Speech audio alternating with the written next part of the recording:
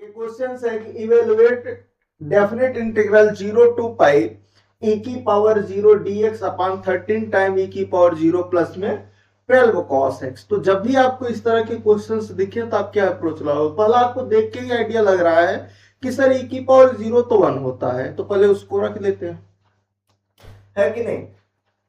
तो i is equal to यहाँ क्या हो जाएगा, इंटीग्रल 0 टू पाई, यहाँ e की पावर 0 करोगे तो 1 dx बचेगा, यहाँ 13 इंटू 1 करोगे 13 आ जाएगा, प्लस में 12 का cos x आ जाएगा।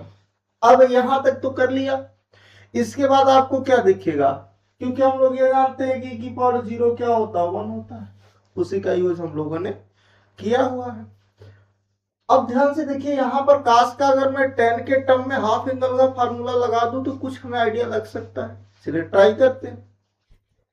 तो यहां पर आपके पास क्या हो जाएगा, integration 0 to pi dx upon में 13 प्लस 12 टाइम्स 1 माइनस का tan स्क्वायर एक्स बाई 2 अपान में 1 प्लस का tan स्क्वायर एक्स बाई 2।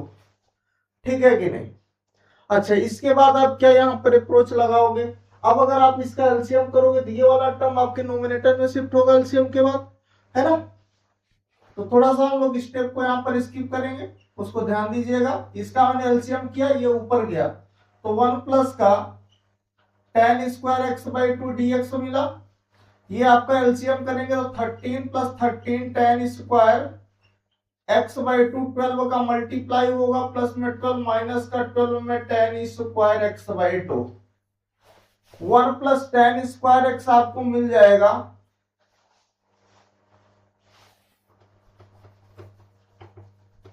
चलिए इसके बाद हम लोग इधर देख लेते हैं।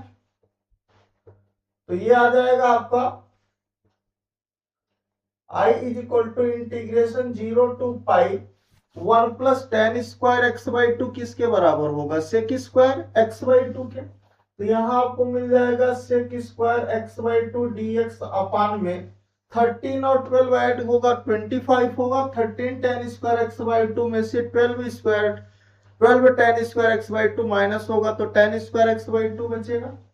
तो यहां आ जाएगा आपका 25 प्लस में tan स्क्वायर एक्स बाई 2। अच्छा, अगर हम लोग यहाँ पर लेट कर लेते हैं कि लेट tan x बाई 2 को t ले लेते हैं, जिसका डिफरेंशिएशन हमें मिलेगा sec square x by 2 into में 1 बाई 2 dx बराबर dt। तो हमें केवल इतना चाहिए ना, sec square x by 2 dx किसके बराबर हो जाएगा, 2 dt के बराबर। किसके बराबर, 2 dt। अच्छा, जब हम लोग वेरिएबल चेंज कर रहे हैं t के फॉर्म में तो लिमिट भी तो t में चलनी चाहिए। तो देखिए यहाँ पर लिमिट चेंज करेंगे तो जब आपका x जो है 0 पे था तो यहाँ tan 0 रखेंगे तो t भी आपका 0 पे ही जाएगा। और जब आपका x पाई चल रहा था तो जब tan पाई बाई 2 रखेंगे तो ये इनफाइनाइट चला जाएगा, tan पाई बाई 2 इनफाइनाइट होता है। तो लिमिट आपकी यहाँ से चेंज हो जाएगी, ये 0 से इनफाइनाइट जाएगी, ये 2 dt अपान में 25 प्लस ये टी स्क्वायर हो जाएगा। अब जरा ध्यान से देखिए, यह इंटीग्रेशन 0 टू इनफाइनाइट 2 dt अपान में 5 का स्क्वायर प्लस में t का स्क्वायर। अच्छा, हम लोग ये फॉर्मूला जानते हैं कि इंटीग्रेशन dx अपान एक्स स्क्वायर प्लस ए स्क्वायर जो होता है वो 1 बाई ए tan इनवर्स में x बाई ए प्लस सी के बराबर होता है या नहीं? सभी लोग जानते हो, उसी का हम लोग यहाँ पर यूज कर लेते हैं, है कि नहीं? तो ये 2 तो कांस्टेंट है, बाहर रहेगा, यहां से 5 आएगा डिवाइड में, और ये आ जाएगा tan inverse t by 5 plus का c। अच्छा, c यहाँ तो आएगा नहीं, चूंकि हम लोग डेफिनेट इंटीग्रल तो यहाँ लिमिट अप्लाई कर देते हैं 0 टू इनफाइनाइट। ये मिलेगा 2 अपान में 5 tan इनवर्स इनफाइनाइट माइनस में tan इनवर्स में 0।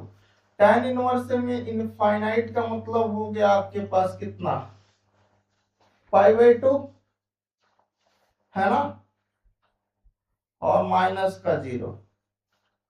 तो यहां से ये 2 से 2 भी कट जाएगा और फाइनली आपको पाई बाई 5 क्या मिल जाएगा, इस क्वेश्चन का आंसर मिल जाएगा। तो नोट कर लीजिए।